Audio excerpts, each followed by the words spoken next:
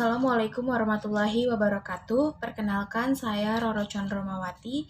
Di sini saya akan mempresentasikan hasil laporan studi kelayakan bisnis dengan bisnis Road to Angers Close. Poin pembahasannya yaitu ada aspek legal bisnis, aspek pasar dan peluang bisnis, analisis PESTEL, aspek teknis dan teknologi, aspek finansial, dan yang terakhir ada kesimpulan. Aspek legal bisnis bab pertama. Identitas perusahaan poin pertama yaitu nama perusahaannya CV Sapa Fashion, merek dagangnya Road to Angers Clothes, jenis usaha perdagangan, kegiatan usaha memperjualbelikan pakaian khusus wanita, alamat Galumas, Jawa Barat, pemiliknya saya sendiri. Visi, menjadikan Road to Angers Clothes tempat fashion yang menyediakan pakaian yang nyaman dan lengkap, membawa kecantikan dan kepercayaan diri kepada setiap individu melalui desain yang inovatif dan berkualitas.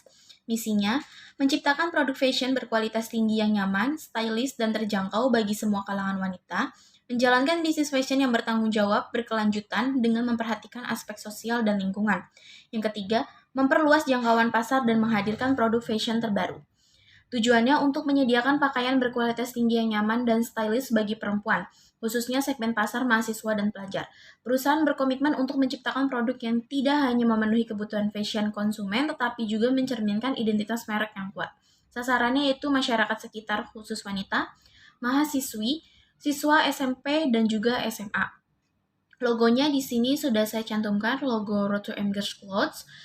Poin kedua yaitu aspek legal. Nama perusahaan CV Sapa Fashion, bentuk usaha perseorangan, permodalannya yaitu harga saham per lembar 14 juta dengan 200 lembar saham, modal dasarnya itu 300 miliar, modal ditempatkan 200 lembar dikali 100% yaitu 200 lembar, modal disetor 200 lembar dikali 100%, 200 lembar dan disetor itu 14 juta, hasil dari 100% dikali 14 juta. Di sini sudah ada surat izin usaha yaitu NPWP, NIB, SITU, SIUP, IMB, dan juga PKP. Simpulan aspek legal bisnis. CV Sapa Fashion yang mengoperasikan merek dagang Road to Angers Clothes adalah perusahaan yang bergerak dalam bidang perdagangan pakaian khusus wanita, berlokasi di Galumas dengan visi menjadikan Road to Angers Clothes sebagai tempat fashion yang menyediakan pakaian nyaman dan lengkap, serta membawa kecantikan dan kepercayaan diri kepada setiap individu melalui desain yang inovatif dan berkualitas. Aspek legal, perusahaan mencakup berbagai jenis izin usaha dan dokumen penting, serta struktur modal yang jelas dengan rincian saham dan modal disetor.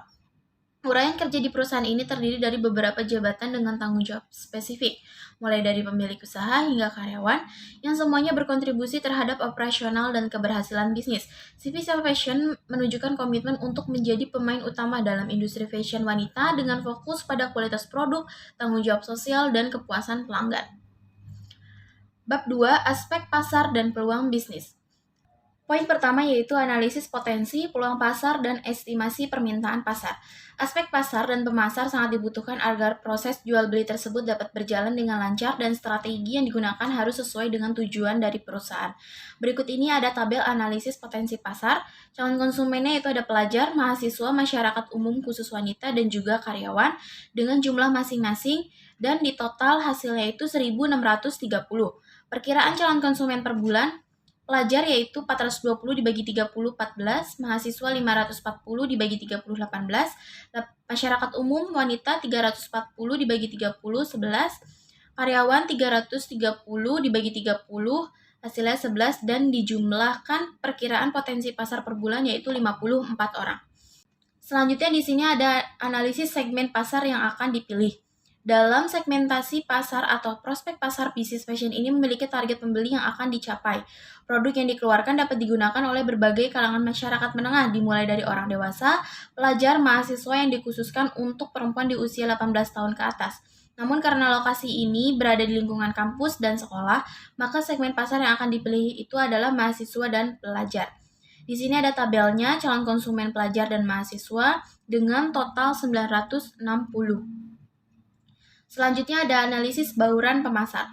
Bauran pemasar yang digunakan Road to Angers Clothes ini ada 7 P, yaitu ada produk, price, place, lalu ada promotion, lalu ada people, physical, evidence, dan yang terakhir ada proses. Selanjutnya yaitu ada simpulan aspek pasar dan peluang bisnis. Dapat disimpulkan bahwa analisis potensi peluang pasar dan estimasi permintaan pasar dalam konteks bisnis fashion, khususnya untuk Road to Girls Clothes, melalui pengumpulan data calon konsumen dari berbagai segmen diperoleh estimasi rata-rata pelanggan harian yang menunjukkan potensi pasar yang signifikan. Dengan fokus pada mahasiswa dan pelajar sebagai target utama, bauran pemasar yang diterapkan mencakup bauran pemasar 7P, yaitu produk berkualitas, harga terjangkau, lokasi strategis, promosi melalui media sosial, pelayanan yang profesional, fasilitas yang nyaman, dan proses pemesanan dan pembayaran yang efisien. Bab selanjutnya yaitu aspek PESTEL atau analisis PESTEL. Analisis PESTEL adalah kerangka yang digunakan untuk mengevaluasi faktor-faktor eksternal yang mempengaruhi keberhasilan atau kegagalan bisnis. Analisis ini memberikan gambaran holistik tentang faktor eksternal yang harus diperhatikan dalam perencanaan bisnis dengan mengevaluasi politik, ekonomi, sosial, teknologi, lingkungan, dan hukum. Bisnis dapat merencanakan strategi yang lebih matang dan mengurangi resiko kegagalan.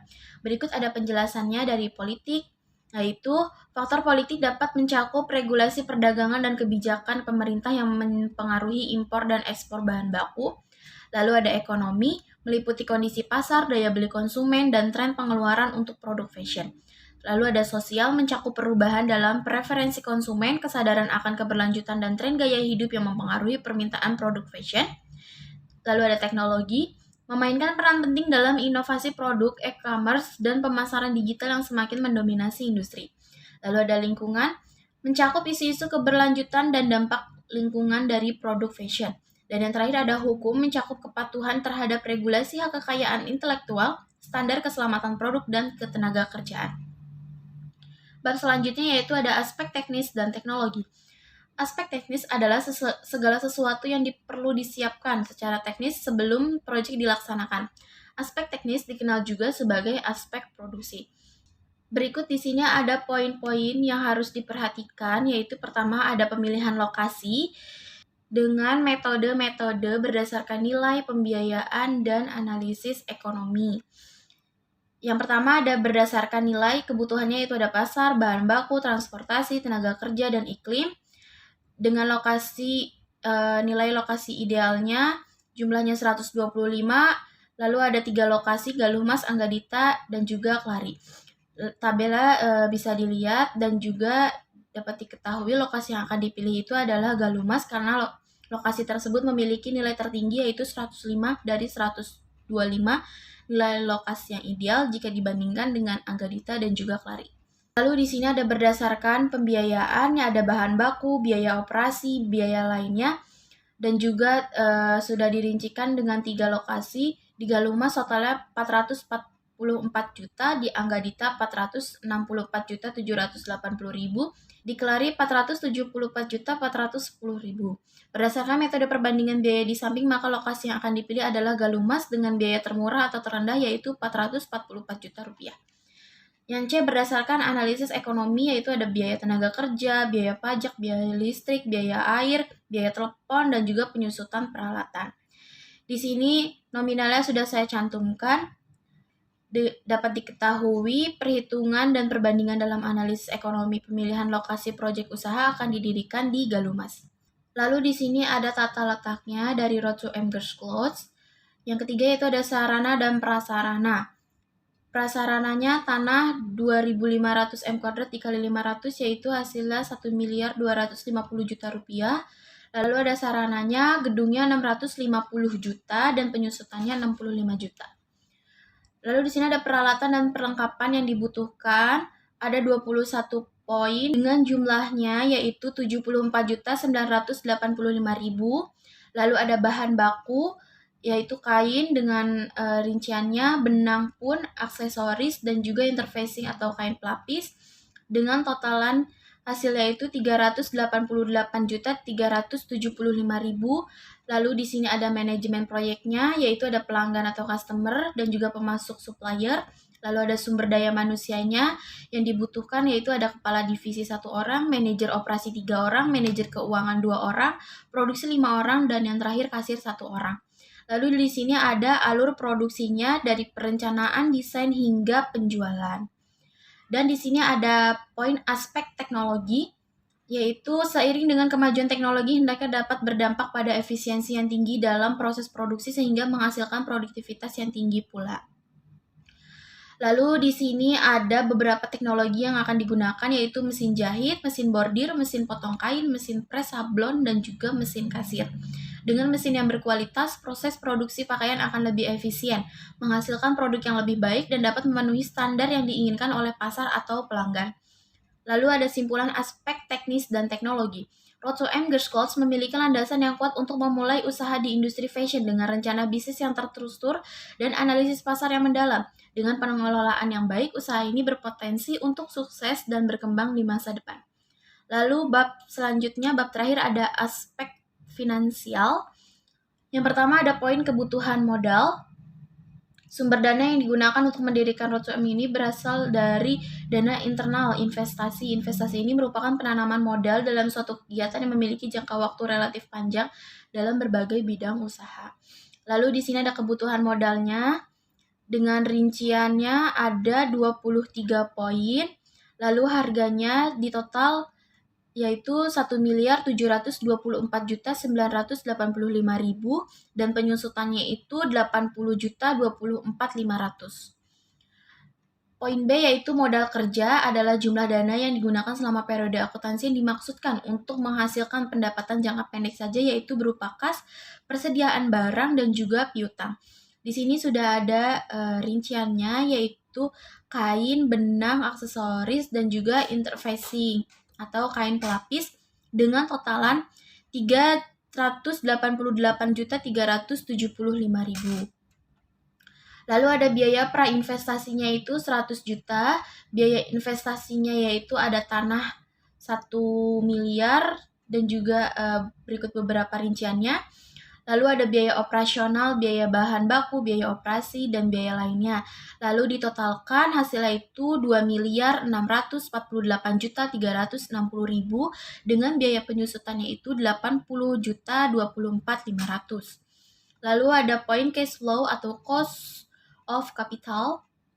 Penyusutannya yaitu dimasukkan ke rumus ini investasi dibagi umur ekonomis, lalu penyusutannya sehingga estimasi laporan laba ruginya, lalu pendapatannya 2 miliar 400 juta, lalu biaya yang keluarnya itu total biayanya 447 juta, biaya penyusutannya itu 80 juta 24.500, lalu dijumlahkan hasilnya 527 juta 24.500.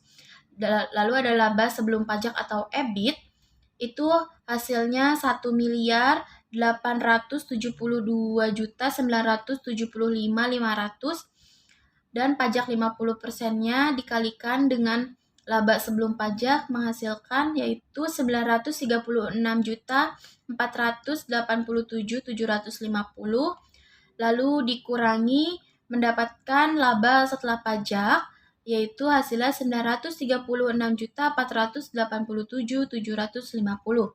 Aliran kas masuk bersih laba setelah pajak ditambah penyusutan yaitu hasilnya mendapatkan 1.016.512.250. Lalu ada tabel cash flow selama umur ekonomisnya.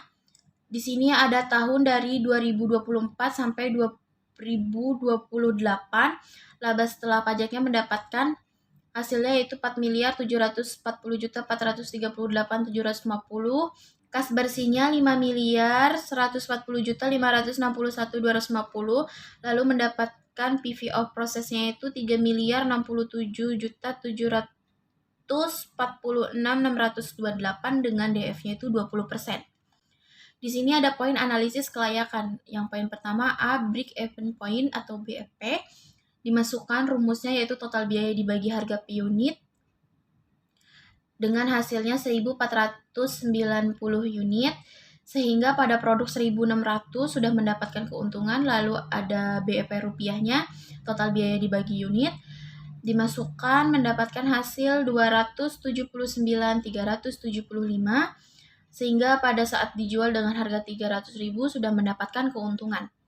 Lalu ada payback period PP-nya yaitu dapat diartikan bahwa PP-nya itu 2 tahun ditambah 600 9.435.500 itu ada di tahun kedua, dan juga 1.027.512.250 itu ada di tahun ketiga lalu dikali 12 bulan dan mendapatkan hasil 0,593 dikali 12 yaitu 2 tahun 7 bulan. Maka dapat disimpulkan bahwa PP dari investasi tersebut adalah 2,7 tahun.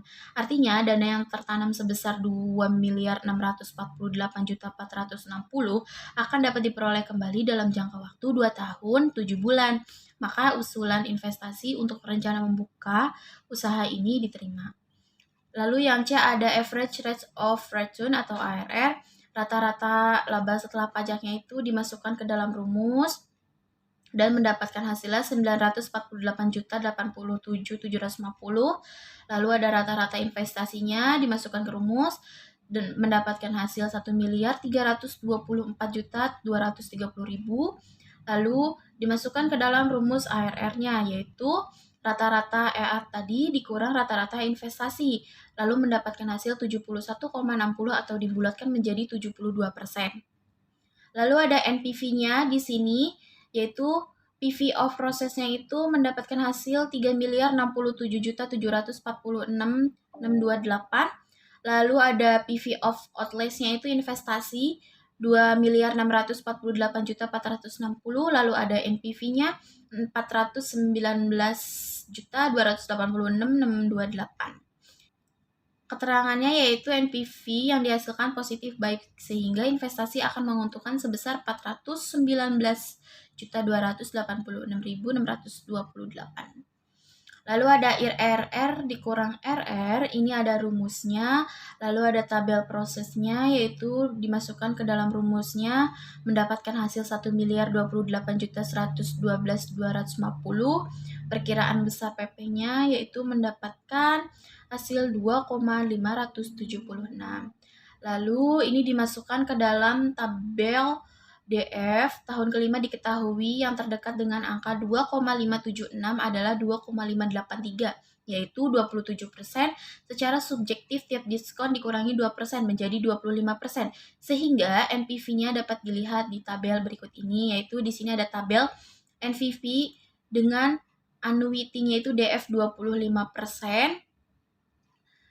Dan di total of prosesnya itu mendapatkan hasil 2.758.731.953, lalu dikurangi dengan investasi dan mendapatkan hasil 110.271.953. Ini yang termasuk nilai positif. Lalu di sini ada perhitungan dengan annuity DF 28% dan totalnya itu mendapatkan 2.596.041.17. Lalu nilai NPV negatifnya itu dikurangi dengan investasi dan mendapatkan hasil negatif 52.418.983. Lalu ini tabelnya itu digabungkan DF 25% dan juga DF 28%. Dan di sini ada interpolasi dari 25% dan juga 28%. Lalu dimasukkan ke rumus IRR dan mendapatkan hasil yaitu 27,033% dibulatkan menjadi 27%. Dari hitungan di atas, maka batas maksimal tingkat bunga yang bisa digunakan untuk investasi tersebut adalah pada 27%. Lalu di sini ada PI dengan rumusnya dan juga angkanya dimasukkan ke dalam rumus, lalu dikali 100%, mendapatkan hasil 115,8 atau dibulatkan menjadi persen 116. PI 116 lebih besar dari 1. Maka perhitungan di atas menunjukkan bahwa kas masuk lebih besar dibandingkan dengan kas keluar. PI lebih besar 1, maka rencana untuk membuka Roadshow Girls Clothes diterima. Selanjutnya di sini ada simpulan hasil kajian finansial. Di sini berikut sudah saya cantumkan tabelnya. Payback periodnya 2 tahun 7 bulan, ARR-nya 72%, NPV-nya 419.286.628, lalu ada PI-nya 116%, IRR-nya 27%. Dari tabel di atas dapat disimpulkan bahwa rencana untuk membuka usaha ini layak karena semua indikator kinerja keuangan layak, maka studi kelayakan Roadshow Girls Clothes bisa digunakan untuk direalisasikan. Yang terakhir yaitu ada kesimpulan. Usaha Road to M Girls Clothes dapat disimpulkan bahwa usaha ini layak untuk dijalankan walaupun termasuk usaha yang baru. 5 aspek yang sudah dijelaskan di atas. Yang pertama ada di dalam aspek pasar sudah dijelaskan dengan detail seperti marketing mix dan strategi bauran pemasarannya. Yang kedua, pada aspek legal telah memiliki beberapa surat untuk menjalankan usaha ini. Lalu, pada aspek lingkungan sudah dikatakan layak untuk didirikan karena berdampak baik pada lingkungan sosial, ekonomi, dan budaya. Lalu yang keempat, Road to M Girls Clothes juga sudah menggunakan teknologi yang canggih seperti sudah dijelaskan pada bab aspek teknis dan teknologi dan sudah menghitung potensi tempat yang cocok untuk mendirikan usaha ini. Yang kelima, aspek finansial ini penulis saya sendiri sudah menghitung cash flow, PPRR, NPV, IRR, PI, dan dapat dibuktikan dengan rekapitulasi dapat dijalankan dengan layak. Sekian presentasi yang sudah saya sampaikan. Mohon maaf apabila ada kesalahan. Wassalamualaikum warahmatullahi wabarakatuh.